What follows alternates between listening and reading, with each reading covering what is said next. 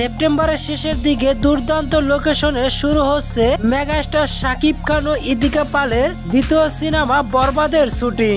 গুঞ্জন অনুযায়ী শোনা যাচ্ছে এই সিনেমার আইটেম গানে পরিচালক মেহেদী হাসান নীরব পুরনো বাংলাদেশি জনপ্রিয় একজন নায়িকাকে রাখতে চান। সেই তালিকায় নাম উঠে এসেছেন ঢালিউড কুইন চিত্রনায়িকা অপু বিশ্বাস এবং 90 শতকের জনপ্রিয় নায়িকা শাবনূরের। সিনেমাটি হতে যাচ্ছে রোমান্টিক প্রেমের গল্প ও দুর্দান্ত অ্যাকশনের সিনেমা। যারা বলেন মেহেদী হাসান নীরবের সাথে শাকিব খানের সিনেমা জমবে না, তাদের অবশ্যই মনে রাখা উচিত ছিল হিমেল আশরাফও কিন্তু যখন প্রিয়তমা করেছিল শাকিব খানের সাথে নতুন একজন পরিচালক ছিল।